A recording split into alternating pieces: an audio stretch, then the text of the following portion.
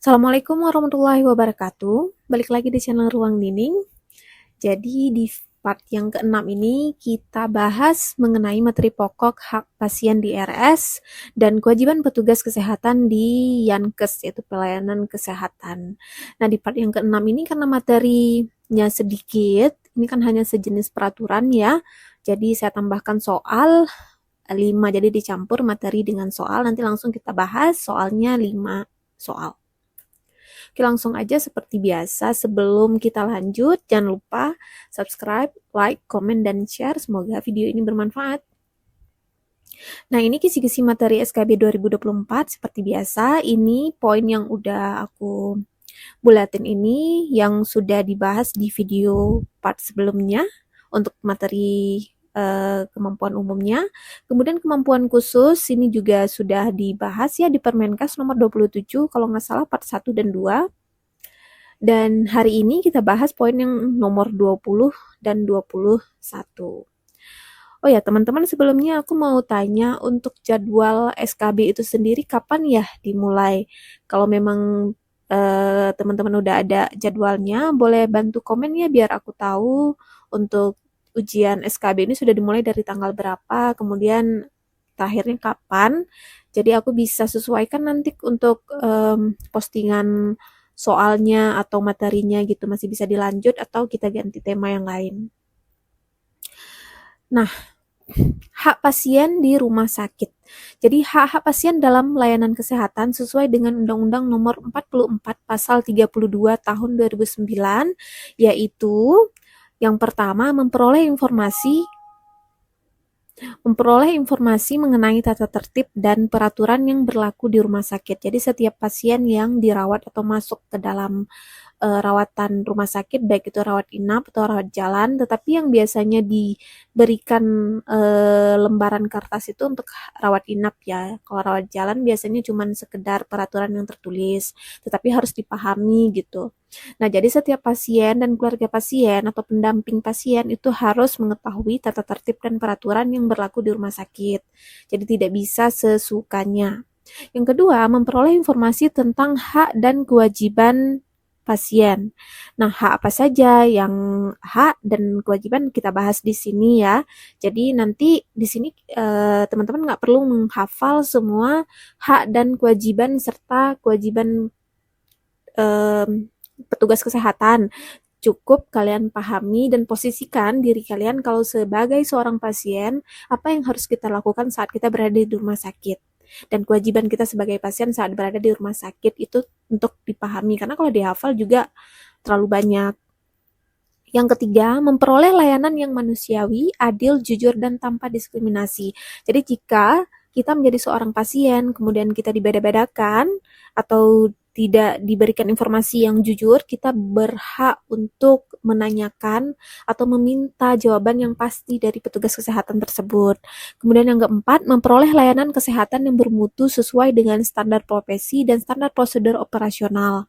Jadi setiap pasien yang menderita diagnosa tertentu, dia berhak untuk dilayani sesuai. Kalau misalnya apa indikasi medis ya dilakukan oleh dokter, pemberian obat dilakukan oleh apoteker, dan pelayanan perawatan dilakukan oleh perawat gitu. Yang kelima, memperoleh layanan yang efektif dan efisien sehingga pasien terhindar dari kerugian fisik dan materi.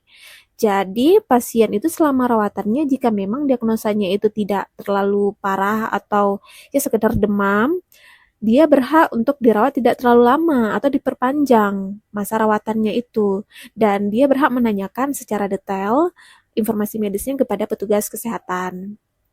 Yang keenam, mengajukan pengaduan atas kualitas pelayanan yang didapatkan. Jika saat rawatan pasien tersebut mendapatkan kualitas atau pelayanan yang tidak baik, dia bisa melaporkannya. Jadi di rumah sakit itu biasanya ada manajemen komplain. Jadi setiap pasien itu bisa melaporkan jika dia tidak merasa hak-haknya ini diberikan dengan baik. Kemudian yang ketujuh, memilih dokter, dokter gigi, dan kelas perawatan sesuai dengan keinginannya dan peraturan yang berlaku di rumah sakit. Jadi ada rumah sakit jika dia memang menggunakan jaminan perawatan itu secara mandiri atau ada asuransi, atau rumah sakit tersebut bekerja sama dengan sebuah perusahaan seperti Admedika atau Mandiri Health selain BPJS ya. Jadi ada rumah sakit yang peraturan BPJS itu dibedakan dengan peraturan yang pembayarannya full. Nah, di situ pasien jika dia memang berobat secara mandiri, dia berhak untuk memilih dokternya.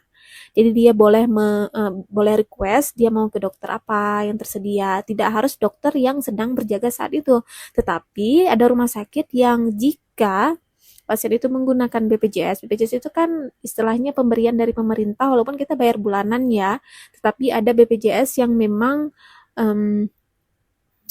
ditanggung oleh pemerintah. Jadi memang ada gitu pelayanan yang full ditanggung oleh pemerintah. Jadi untuk mencegah sebenarnya ini memilih dokter ini bukan dalam artian gimana ya cara bilangnya? Maksudnya ini ada rumah sakit gitu, klinik lah kita bilang. Kalau misalnya pasien itu berobat pada hari H, itu kan ada dokter jaga. Nah, sebenarnya rumah sakit yang menentukan pasien yang bisa berobat dengan dokter jaga ini sesuai dengan ketentuan ya jadwalnya. Jadi untuk menghindari istilahnya pembagian jadwal yang tidak adil untuk petugas kesehatannya juga, tetapi dikecualikan untuk peserta atau pasien yang secara mandiri pembayarannya. Dia merasa bahwa dia membayar semua secara full, jadi dia boleh merequest dokter yang dia ingin atau dia kenal atau yang menurut dia itu sesuai gitu. Kemudian yang kedelapan, meminta konsultasi tentang penyakit yang dideritanya kepada dokter lain yang mempunyai surat izin praktik baik di dalam maupun di luar rumah sakit. Jadi kalau misalnya seandainya kita merasakan adanya kelemahan anggota gerak, nah kita berobatnya ke dokter spesialis saraf. Kemudian kita juga mengalami keluhan sakit perut. Nah, kita bisa dikonsultasikan ke dokter bagian penyakit dalam. Kemudian kalau di dalam perawatan penyakit dalam itu nanti ditemukan sesuatu atau diagnosa yang diharuskan bedah, berarti kita dikonsulkan ke dokter bedah. Nah, pasien ini berhak untuk menanyakan, dok, boleh saya dikonsultasikan ke dokter ini tanpa menjudge atau mengintervensi petugas kesehatan ya. Maksudnya kita tidak mengajari dokter karena dia sudah pasti sudah lebih tahu daripada pasien itu sendiri. Nah, dia juga berhak tahu bahwa dokter ini sudah mempunyai SIP, bukan dokter yang SIP-nya sudah atau petugas kesehatan yang SIP-nya sudah nonaktif. Ini bisa dilakukan di dalam ataupun di rumah sakit, mau di klinik, di praktik. Pasien berhak tahu ya tentang SIP petugas kesehatan. Yang kesembilan, mendapatkan privasi dan kerahasiaan penyakit yang diderita termasuk data medisnya. Jadi setiap pasien ini jika dirawat, dia berhak untuk dirahasiakan penyakitnya dari orang lain termasuk dari keluarganya jika dia meminta. Karena ini dikatakan bahwa informasi medis yang bersifat privacy. Misal pasien tersebut menderita penyakit yang dia tidak ingin diketahui oleh orang lain. Semisal dia menderita HIV dan dia sudah pasti jika orang lain tahu orang akan menghindarinya ataupun dia merasa malu. Walaupun sebenarnya setiap penyakit itu ada tata cara pengobatannya dan insya Allah pasti bisa sembuh ya. Tetapi pasien berhak untuk mengajukan kerahasiaan akan informasi medisnya ini kepada orang lain, baik itu ke sesama petugas kesehatan yang tidak merawat pasien tersebut.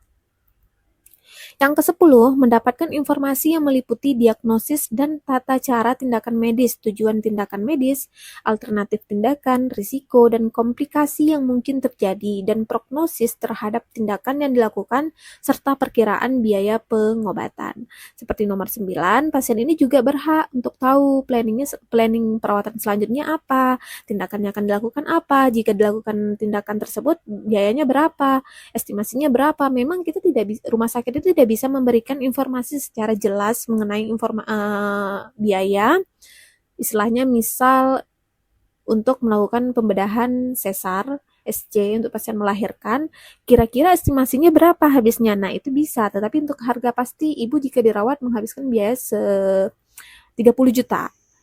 Tetapi saat dilakukan perawatan, pasien membayar 40 juta. Nah, pasien tidak bisa komplain. Kenapa? Karena saat pasien itu dilakukan perawatan, bisa jadi selama perawatannya ada obat-obat tambahan yang diberikan atau kemudian tindakan tambahan, tetapi saat proses perawatan itu, saat akan dilakukan tindakan tersebut, obat tersebut, dia boleh atau berhak tahu untuk harga yang akan dia bayar. Ini berlaku untuk semua ya, baik itu pasien non asuransi ataupun bayar mandiri. Jadi jangan pernah merasa bahwa ketika kita menjadi pasien, oh pasien dengan BPJS atau pasien dengan asuransi, saya dibeda-bedakan. Itu tidak bisa. Semua pasien itu berhak mendapatkan perawatan yang sama. Akan tetapi mungkin berbeda di fasilitas yang didapat ya. Fasilitas kenyamanannya itu sudah tentu berbeda dengan setiap jaminan pasien yang dia bawa. Yang ke-11, memberikan persetujuan atau menolak atas tindakan yang akan dilakukan oleh tenaga kesehatan terhadap penyakit yang dideritanya. Jadi setiap tindakan yang akan diberikan oleh petugas kesehatan biasanya akan dimintakan tanda tangan atau persetujuan atau penolakan.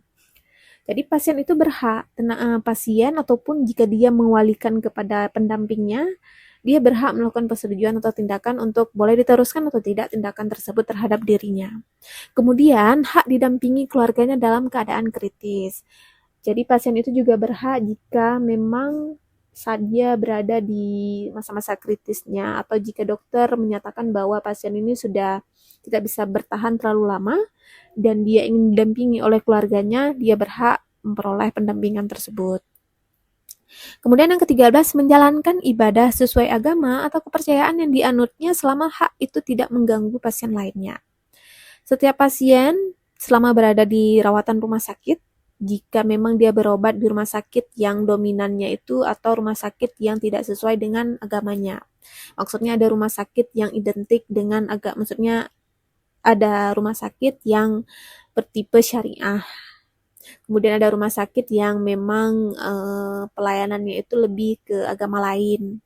Nah, saat si pasien ini yang bukan beragama sama atau sesuai dengan pelayanan yang ada di rumah sakit tersebut, dia berhak untuk beribadah sesuai agamanya. Jadi tidak boleh dibatasi hanya karena dia tidak sejalan dengan prinsip rumah sakit tersebut.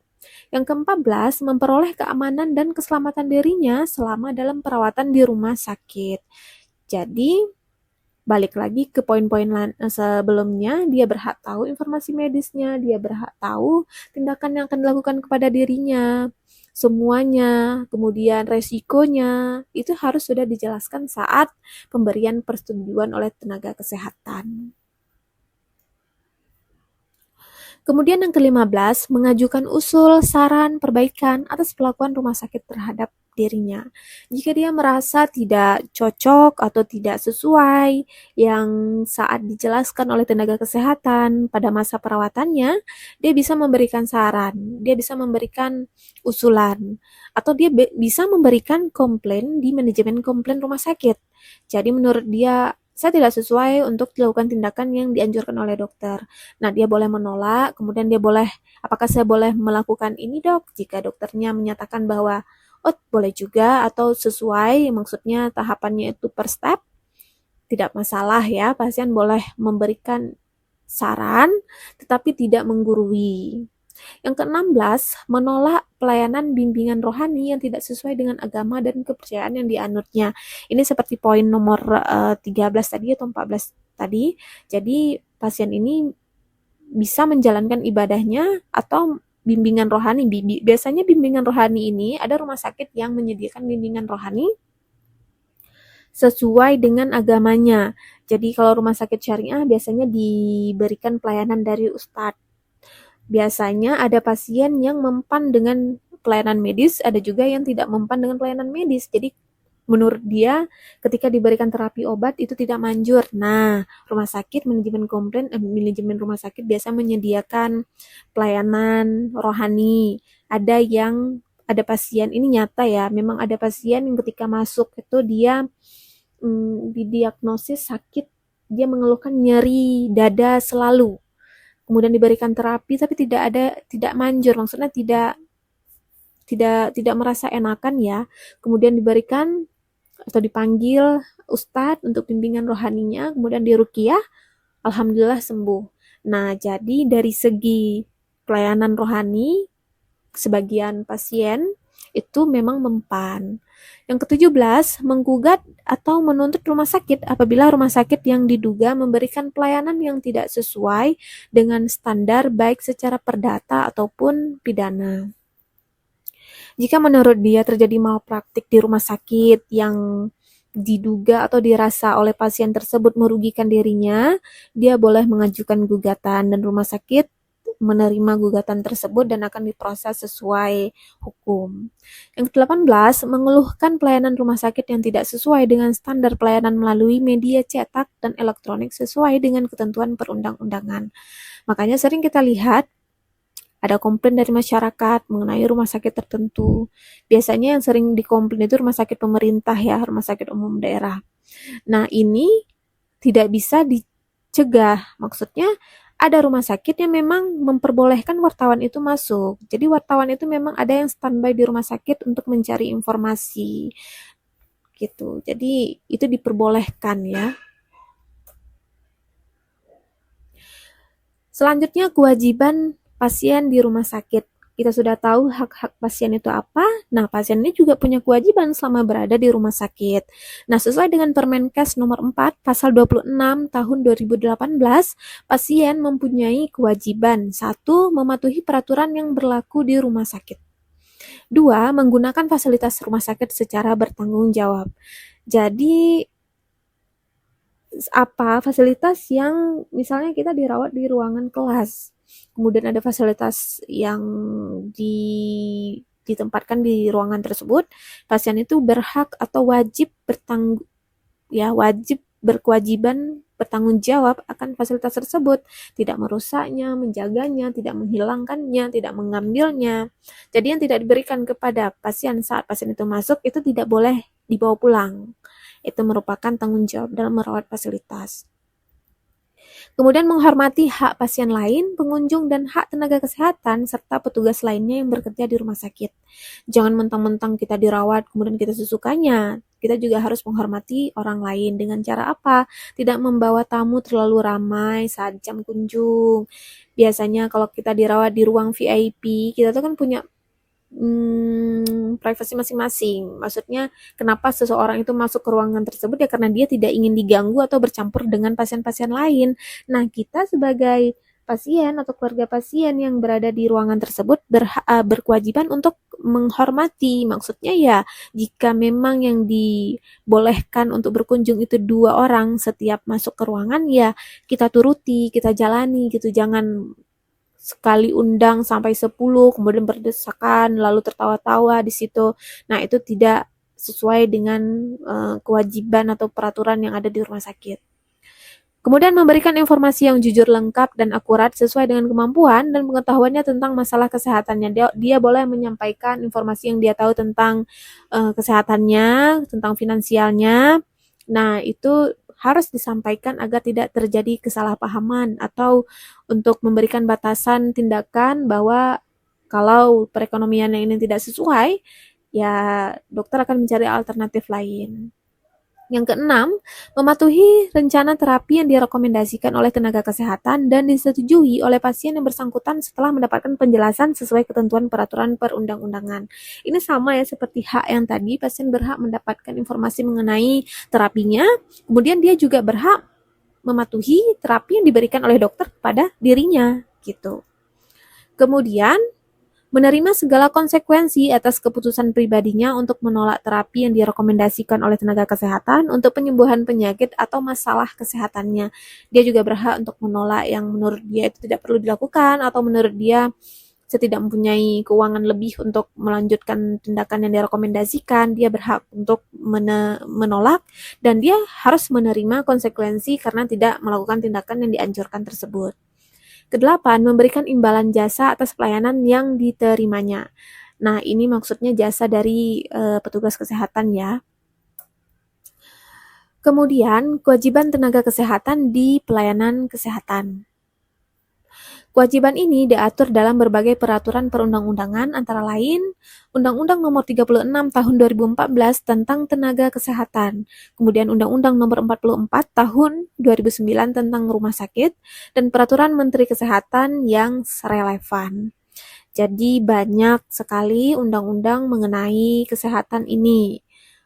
Tidak hanya undang-undang yang masuk ke dalam kisi-kisi saja, tetapi dia sangat luas ya. Nanti ada undang-undang, ada Permenkes, kemudian disesuaikan lagi dengan undang-undang dasar, itu udah paling tinggi.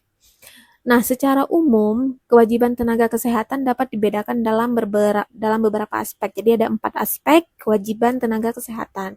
Kewajiban profesional, kewajiban etis, kewajiban administratif, dan kewajiban terkait dengan keselamatan pasien. Kewajiban 4 aspek kewajiban ini kemudian dijabarkan lagi menjadi beberapa. 1. Kewajiban memberikan pelayanan yang profesional, yaitu memberikan pelayanan medis sesuai dengan standar profesi dan mengikuti perkembangan ilmu pengetahuan dan teknologi.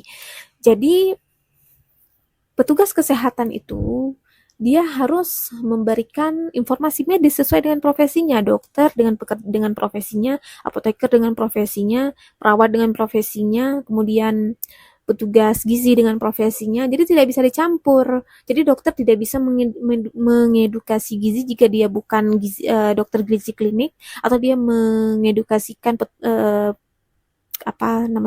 tugas perawat karena dia bukan perawat. Jadi sesuai profesinya masing-masing gitu, tidak melebihi atau melewati tugas orang lain, atau tidak sok pandai dengan tugas orang lain ya. Kemudian mengikuti perkembangan ilmu pengetahuan. Jadi setiap petugas kesehatan itu dia berhak atau diwajibkan untuk mengikuti pelatihan untuk update ilmu yang dia punya gitu. Yang kedua, kewajiban memenuhi standar keamanan pasien, yaitu mengutamakan keselamatan pasien dan pencegahan kesalahan medis. Jadi penggunaan seperti APD, bekerja sesuai SOP, nah ini harus wajib dilakukan oleh tenaga kesehatan. Kemudian kewajiban menghormati hak pasien, yaitu memberikan informasi yang jelas dan lengkap, menghormati hak privasi dan kerahasiaan medis pasien, serta memperlakukan pasien dengan hormat dan penuh perhatian. Ini sama seperti hak-hak yang harus atau didapatkan oleh pasien, tenaga kesehatan juga wajib. Jadi kalau pasien berhak mendapatkan informasi medis, tenaga kesehatan wajib memberikan informasi medis yang jelas dan lengkap untuk tindakan kesehatan pasien. Kemudian merahasiakan informasi medisnya dari orang-orang yang tidak diperkenan oleh pasien tersebut. Misal, dia tidak ingin diketahui penyakitnya oleh keluarganya sendiri, petugas kesehatan berhak untuk merahasiakan informasi tersebut, apalagi untuk orang lain ya. Kemudian dia juga diperlakukan dengan hormat dan penuh perhatian oleh petugas kesehatan. Yang keempat, kewajiban etis dan profesional, yaitu bertindak sesuai dengan kode etik profesi, menghindari konflik kepentingan, serta tidak melakukan tindakan yang merugikan pasien. Jadi petugas kesehatan itu punya kode etik masing-masing untuk setiap profesinya. Jadi dia harus bertindak sesuai dengan kode etik tersebut. Kemudian tidak ada konflik kepentingan, ini maksudnya untuk kepentingan pribadi, jadi dicampur atau dilakukan bisnis untuk perawatan pasien, itu tidak boleh. Kemudian kewajiban untuk melakukan dokumentasi medis, yaitu mencatat dan menyimpan rekam medis dengan baik, menyampaikan informasi medis dengan tepat. Ada yang namanya CPPT, jadi setiap petugas kesehatan itu diwajibkan untuk menulis apa saja terapinya, planningnya, tindakannya. Nah, mereka itu punya namanya buku rekam medis. Jadi di situ tersimpan semua data medis pasien yang mereka rawat. Dan mereka harus menuliskan informasi tersebut dengan benar, bukan mengada-ngada, sesuai dengan yang berjalan di lapangan. Yang keenam, kewajiban untuk menghormati kewajiban hukum, yaitu bertanggung jawab secara hukum atas tindakan medis dan melaporkan kejadian yang melibatkan pelanggaran hukum dan etika. Jika dalam masa perawatan pasien yang dirawatnya itu ada kesalahan atau penyalahgunaan, nah dia wajib melaporkannya kepada rumah sakit sehingga bisa diproses atau diberikan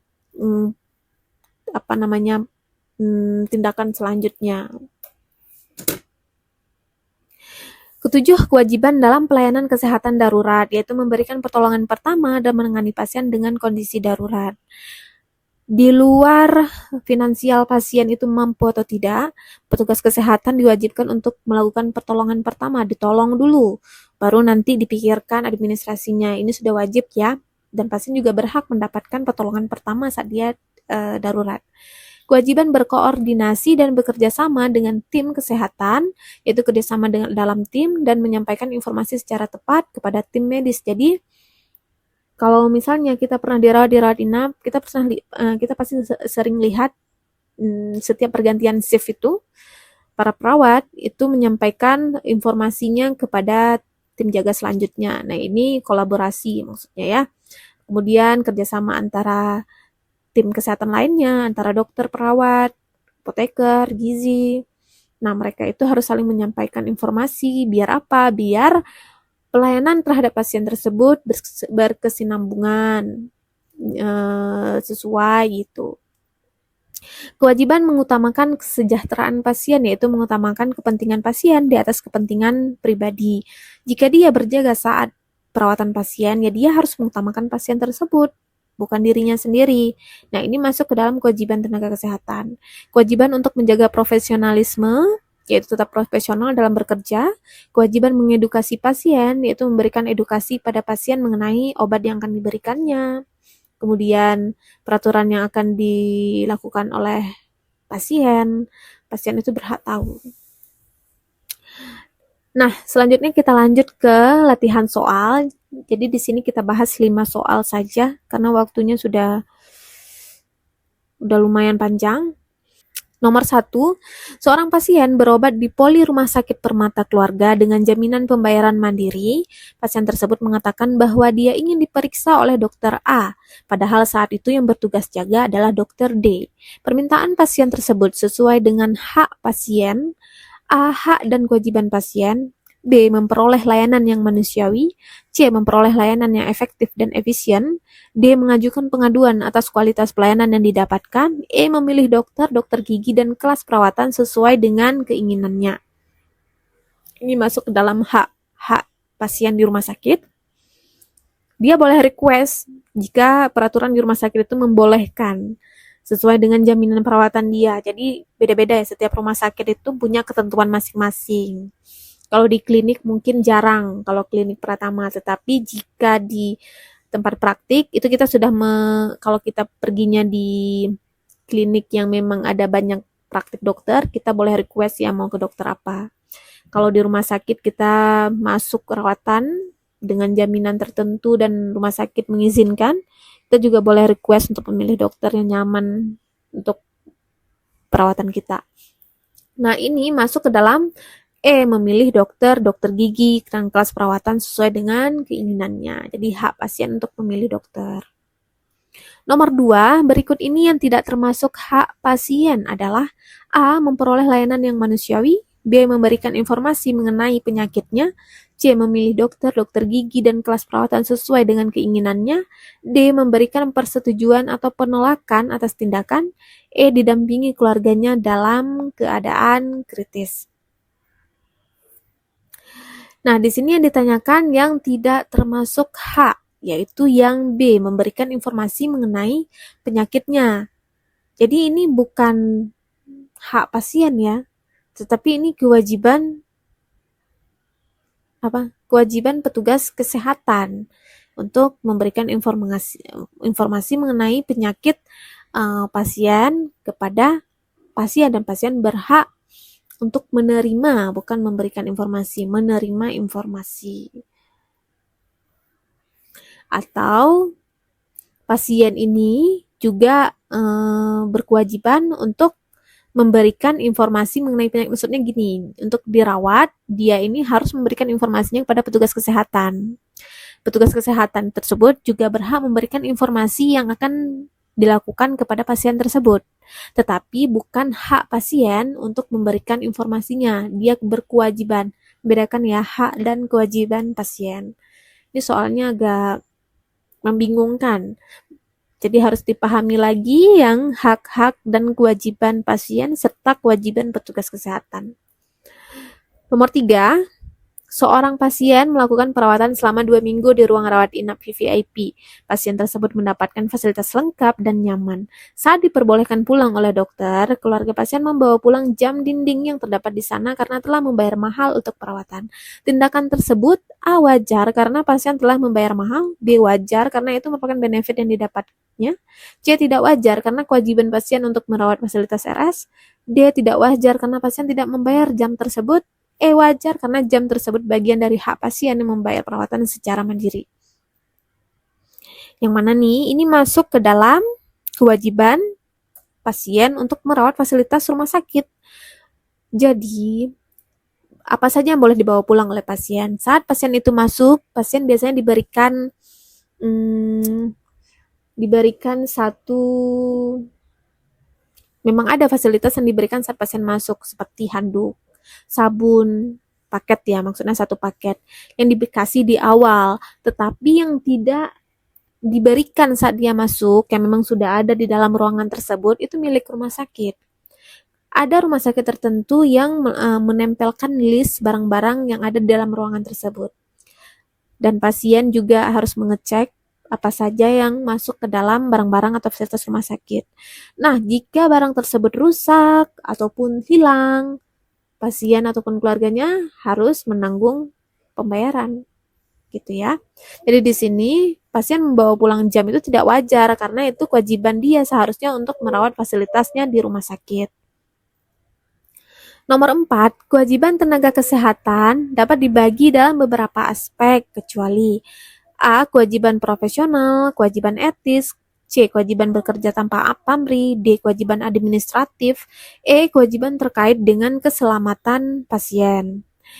Jadi aspek kewajiban tenaga kesehatan itu ada 4, profesional, etis, administratif, dan terkait keselamatan pasien. Di sini yang tidak sesuai yaitu kewajiban bekerja tanpa pamrih. Kita boleh bekerja tanpa pamrih, tetapi itu bukan kewajiban dari petugas kesehatan. Ya, kita kita wajib memberikan pertolongan darurat, kemudian tidak memikirkan finansial pasien saat kita menolong. Itu harus dilakukan oleh petugas kesehatan, tapi itu bukan kewajiban utamanya. Jadi dia kewajiban utama itu hanya 4 aspek saja.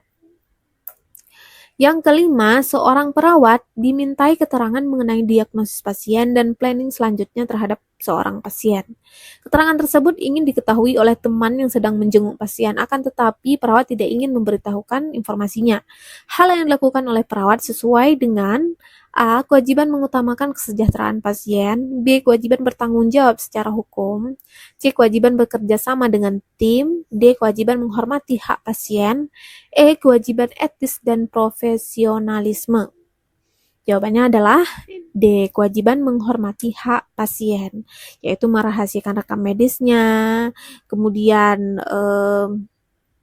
memperlakukan pasien dengan baik. Ini merupakan kewajiban petugas kesehatan untuk menghormati pasien yang dirawatnya. Jadi, tidak semua orang berhak tahu tentang informasi medis pasien yang sedang dirawat, sekalipun itu keluarganya jika pasien itu menolak untuk memberitahukannya. Nah, petugas kesehatan wajib untuk menghormati hak pasien tersebut.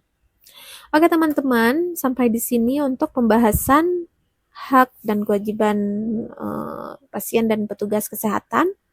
Sampai jumpa di part selanjutnya. Jangan lupa tinggalkan komentar kalian supaya aku semakin semangat. Kemudian subscribe, like, dan share. Semoga video ini bermanfaat. Assalamualaikum warahmatullahi wabarakatuh.